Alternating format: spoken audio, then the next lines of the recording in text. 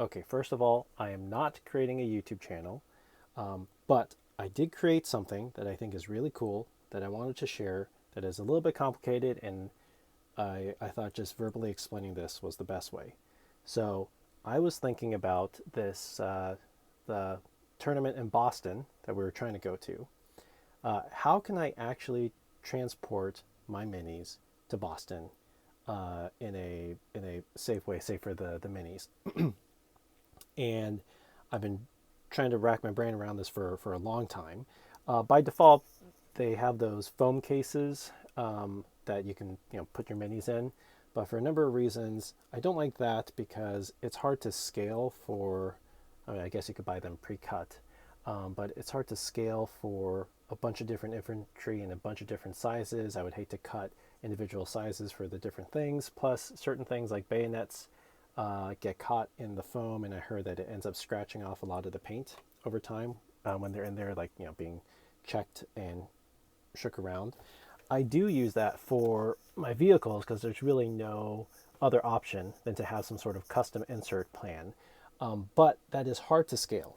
So the other option is magnets, but magnets have a few problems.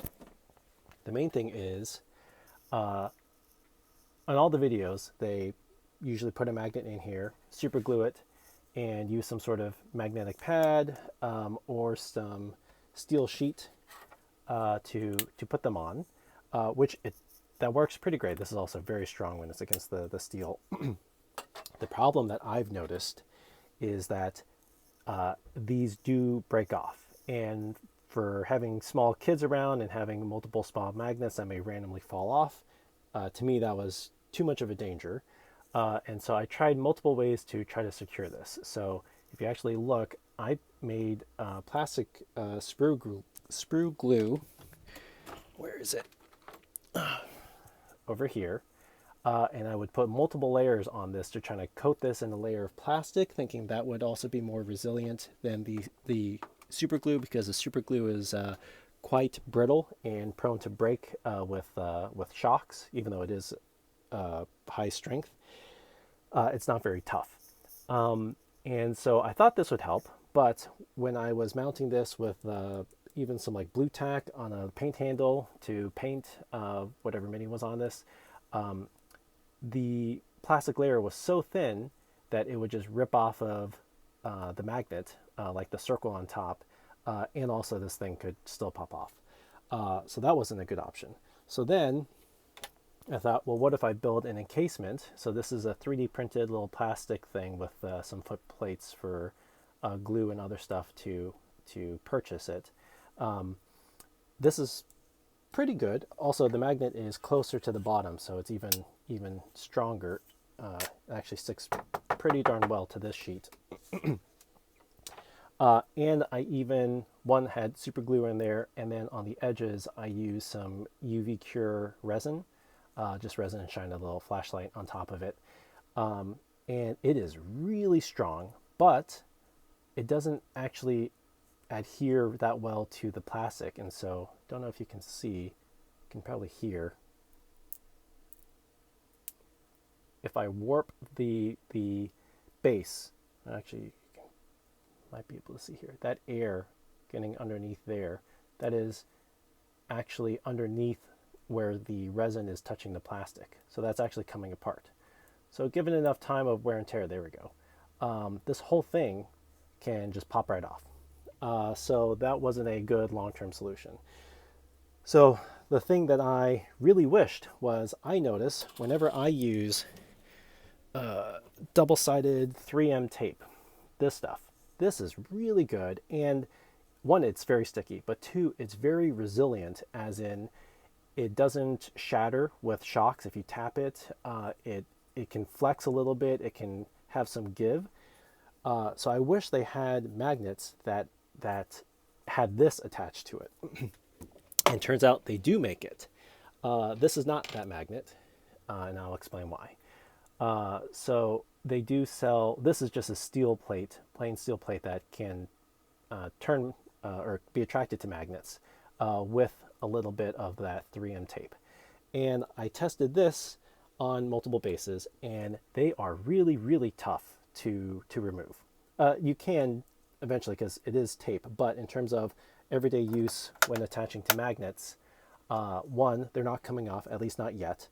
And even if this comes off, this one actually isn't magnetic. So then I realized, wait, I don't even need to put a magnet in this. I can put a magnet in the tray, and it's very easy to see if a magnet goes missing in here. I ran out of magnets, so that's why a lot of these are empty.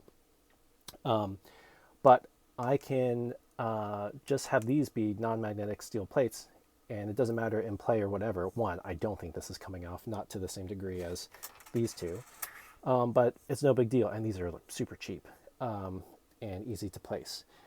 And if I put the magnet in here, I don't have the other problem of having some of these be attracted to each other. For the most part, that doesn't really happen with these small magnets, but I wanted it quite strong. So the issue with these is that they're not that strong, despite what the YouTubers show you.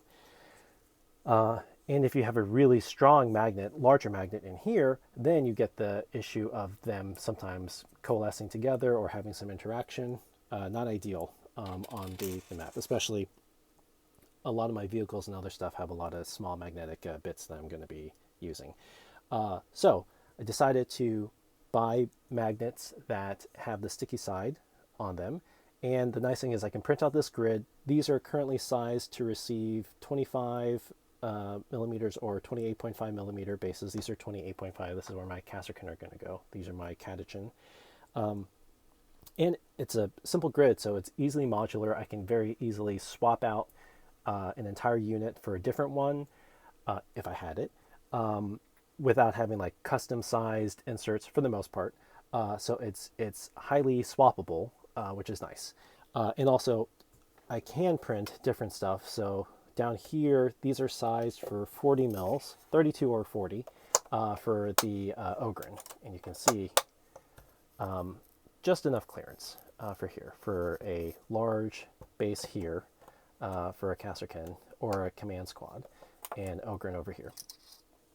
This was super easy to install. It didn't require super glue, UV resin, curing, all this other stuff for that one. It literally was just lay down the grid, taped it to make sure that everything can fit. And then once everything fit, I just boop, boop, boop, boop, started pushing in all of these magnets into all these holes at the correct spacing.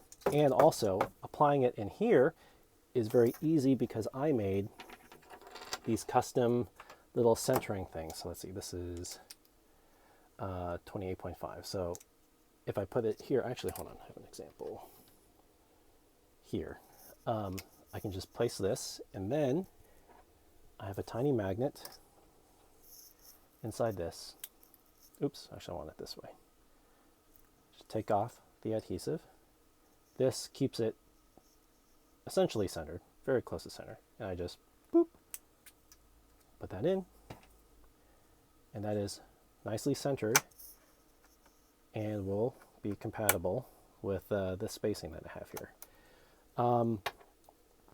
Yeah. Oh, and also the nice thing about this, since it's a larger magnet and an actual steel plate, the magnetic attraction for this is extremely strong. So strong that it was actually ripping off the models from the base. So I have to be very careful to hold them and place them and lift them from the base only. But I like that because this is really darn strong. Like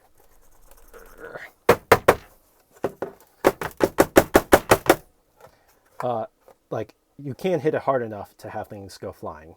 But the degree to which I had to do that is way higher than when I tried with this. Even I had like these steel boxes for my magnetic dudes and stuff. So I feel comfortable having this go in a checked bag for the most part. And the nice thing is it's clear, easy to see, modular, so I can swap out units very quickly. It's not that foam padding, so it's not scratching the miniatures. Little bits aren't going to get ripped off. They're not touching anything except for the magnetic base. And it's in a way that I feel is safe to have around kids, because if one of these rips off, it'll just stick to the plate of the dude that's on it, and the dude will come off and hopefully be obvious that this thing is missing. yeah, I think that's everything.